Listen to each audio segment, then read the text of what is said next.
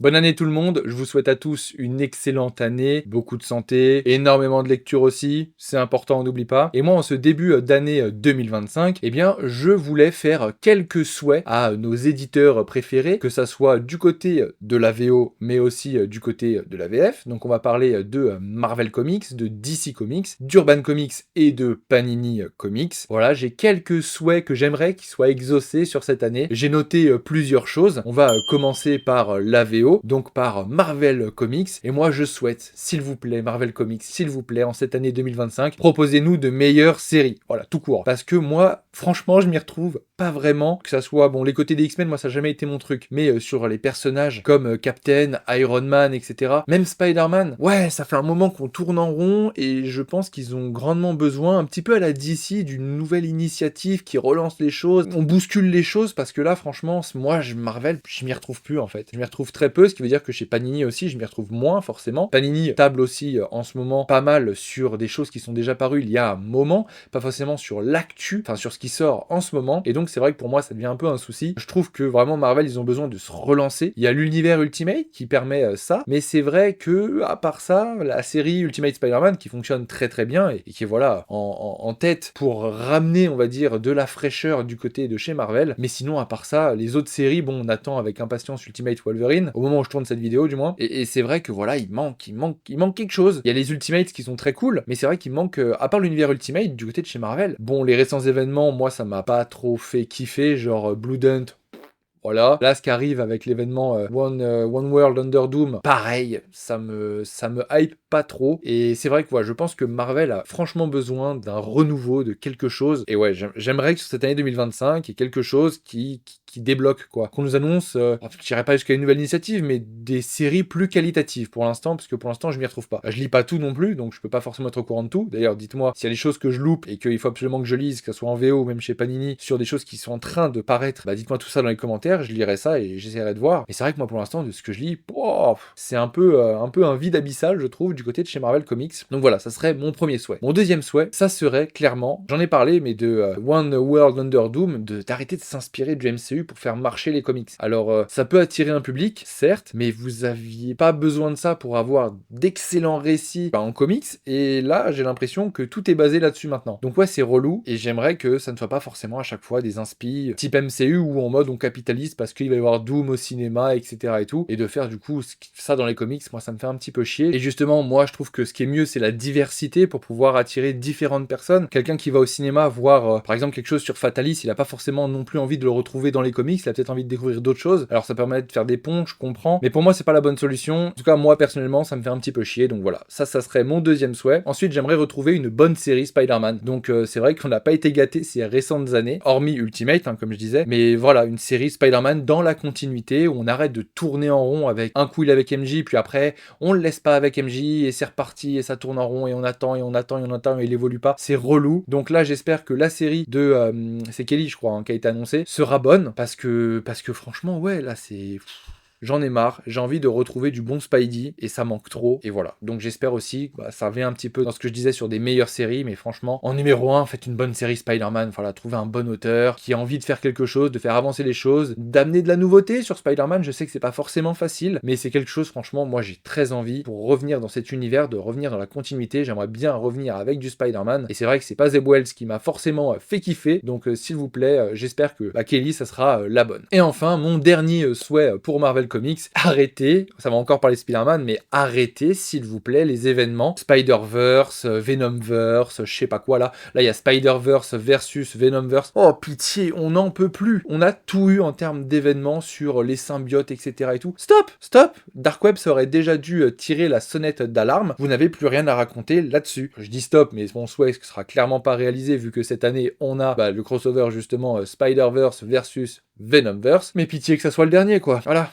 On va croiser les doigts. Voilà, maintenant je vais souhaiter quelques petites choses du côté de chez DC, même si pour l'instant, eh bien DC c'est parmi les 4 ceux pour lesquels j'aurais le moins de souhaits parce qu'ils ont coché beaucoup de cases avec leur nouvelle initiative All-In que je trouve excellente, avec d'un côté l'Absolute Universe qui est vraiment cool. En plus on va avoir de nouvelles séries en mars qui vont débarquer avec Flash, Martian Hunter et Green Lantern. Voilà, on a du renouveau qui arrive, c'est super cool. Batman, Superman Superman, Wonder Woman sont des séries qui pour l'instant sont excellentes, de ce que j'ai lu jusqu'à présent, enfin de ce qui est sorti jusqu'à présent, parce que j'ai tout lu. Je trouve ça trop bien, c'est super cool. Donc franchement, côté absolute, trop bien, continue là-dessus. Côté continuité, on a des séries qui sont géniales en fait. J'attends de voir ce que va donner la reprise de Batman par Jeff Loeb et Jim Lee avec Hush, mais pour l'instant sinon, moi Superman je trouve ça trop bien, Nightwing je trouve ça trop bien, tout ce qui est autour de la Justice League Unlimited c'est trop bien, avec The Question, Challenger of the Unknown et Atom Project qui devrait sortir prochainement, bon qui n'est pas encore sorti au moment où je tourne cette vidéo, mais sinon enfin tout ça c'est vraiment trop bien, on a de la diversité, on a une série sur Métamorpho, on a une série Aquaman qui arrive, alléluia, on a pas mal de choses qui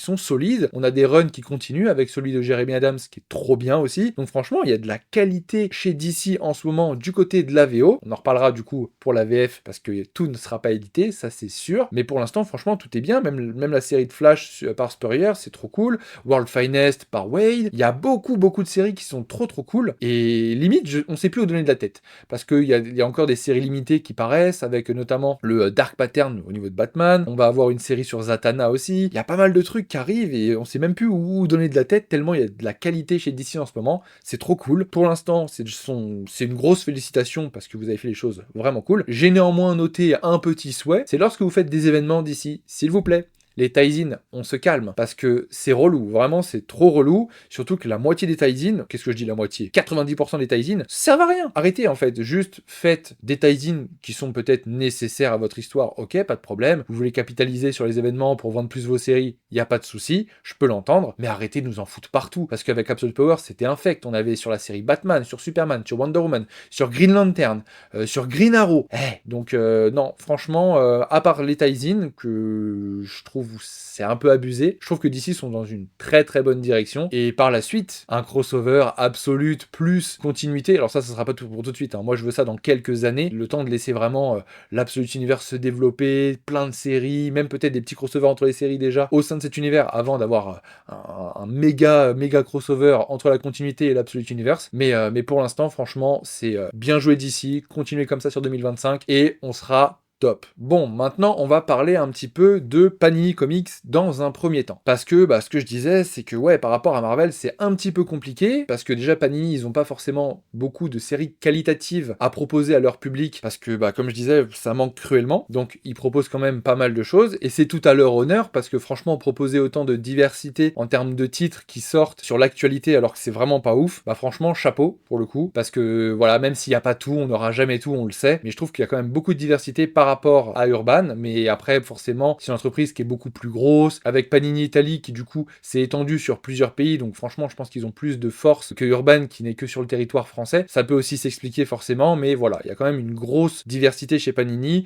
dans plein de formats différents, il y a des rééditions, en veux-tu en voilà, les omnibus, même les éditions prestige, etc. Ils font beaucoup de choses, on peut leur reprocher beaucoup de choses à Panini, voilà, et je vais d'ailleurs faire pas mal de souhaits, mais force est de constater que oui, en termes de diversité, de parution, on a quand même beaucoup de choses et du coup c'est tout à leur honneur, donc bravo sur ce coup là. Par contre on va parler peut-être de la sortie et de la répartition des sorties, parce que ça c'est un truc, je trouve ça des fois un peu abusé, quand par exemple sur une semaine, on va sortir, puisque Panini sort ses titres le mercredi, quand sur un mercredi on a 15 titres d'Ardeville qui sortent en même temps, faut pas abuser, on a les intégrales, on a les deluxe, on a la série en 100% qui sort, on a des one-shots comme par exemple le Daredevil jaune qui était ressorti, on a 15 titres d'Ardeville qui sort le même jour. Qui peut se permettre d'acheter 15 titres d'Ardeville le même jour? Personne. Donc il serait mieux de réfléchir un petit peu à une bonne répartition, comme par exemple sur le mois de décembre où on a eu un jour de sortie et après plus rien sur l'intégralité du mois. On a eu 40 ou 50 sorties le premier mercredi de décembre et après que dalle. Donc bon, la répartition est pas ouf. J'aimerais peut-être que ça soit un petit peu mieux pensé. Après je sais pas du tout les tenants et les aboutissants de comment est-ce que c'est fait cette répartition, est-ce que ça peut être changé ou quoi. Moi je dis juste mon avis en tant que lecteur, voilà, j'ai pas forcément les tenants et les aboutissants, donc il y a forcément des raisons, mais ça a conduit à un second point,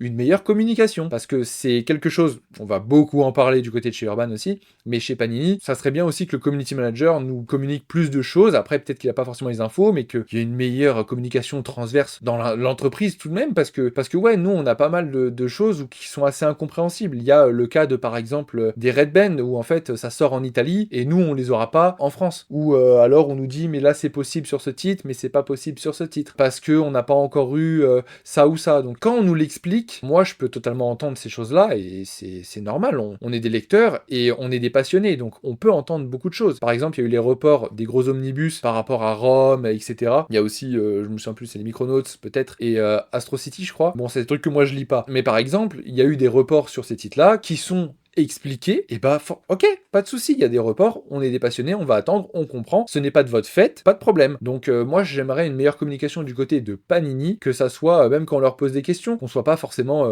envoyé bouler là parce que bah, notre question elle pose peut-être problème ou parce qu'il n'y a pas de réponse, qu'on nous dise les choses clairement quoi, ça serait franchement mieux. Donc voilà, un autre souhait aussi, ouais, une meilleure relecture sur les titres, s'il vous plaît, faites un effort. Quand je veux bien que quand on sort un omnibus, il y ait une petite faute par-ci par-là, etc. Ok, l'omnibus il est balèze, etc. Mais combien de fautes j'ai vu récemment sur les titres, les parutions Panini, c'est affolant. Donc ouais, relisez un petit peu mieux, embauchez plus de gens, je sais pas. Mais là, c'est chaud quand même. C'est deux, trois souhaits chez Panini. Sinon, j'ai pas grand-chose à dire. Après, c'est vrai que je suis pas forcément un lecteur ultra assidu non plus chez Panini. Je lis des choses. Je suis beaucoup plus assidu du côté de chez Urban, forcément, c'est DC. Donc voilà. Mais en tout cas, voilà en ce qui me concerne pour Panini. Et maintenant, on va parler du gros dos. On va parler de Urban. Ah, j'ai beaucoup de souhaits. Là, Urban, j'ai beaucoup de souhaits. Il y a aussi beaucoup de choses où il faut applaudir, parce que je trouve qu'ils font quand même un travail assez cool. Du côté de chez DC, on a de très belles éditions depuis le début, voilà. Il y a un petit peu de couleur qui commence à arriver, hors de chez DC, c'est franchement cool. Le travail fait et le soin apporté au tome de l'Energon Universe, franchement, c'est magnifique. Ne changez rien. Franchement, là, vous avez fait un travail qui est remarquable, et j'espère qu'avec la gamme absolute, on aura quelque chose dans ce style, vu que c'est ce qui a été un petit peu teasé. Donc franchement, nickel. Après, là, on arrive en fait à un gros souci, c'est que du côté de chez DC, en VO, on a une quantité et une qualité assez affolante sur l'ensemble des titres, et du coup, Urban ne peut pas tout proposer, ça c'est sûr et certain, mais le problème que j'ai, moi, c'est qu'on n'a pas de communication claire par rapport à ça. Je m'explique. Concrètement, lorsqu'une série est annoncée en VO, aujourd'hui, moi, je suis obligé de me dire, alors, est-ce que cette série va sortir en VF, si c'est pas du Batman, Superman, ou même peut-être du Justice League, et on n'est même pas sûr, parce qu'il y a des titres Justice League qui sont pas sortis, mais si c'est pas du Batman, en tout cas, je sais que je me pose la question de,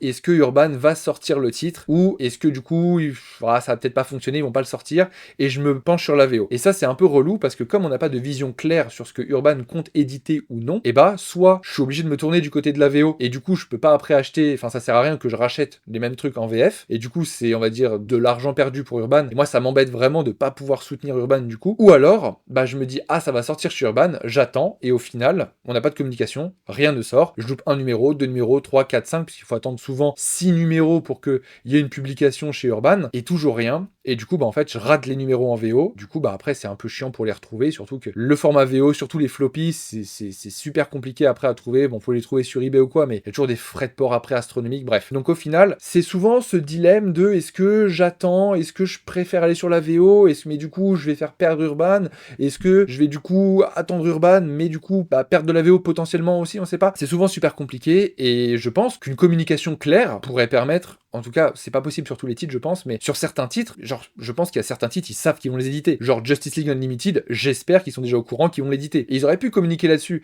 même s'il n'y a pas de date, il n'y a pas, encore une fois, ce qui va être dedans, etc.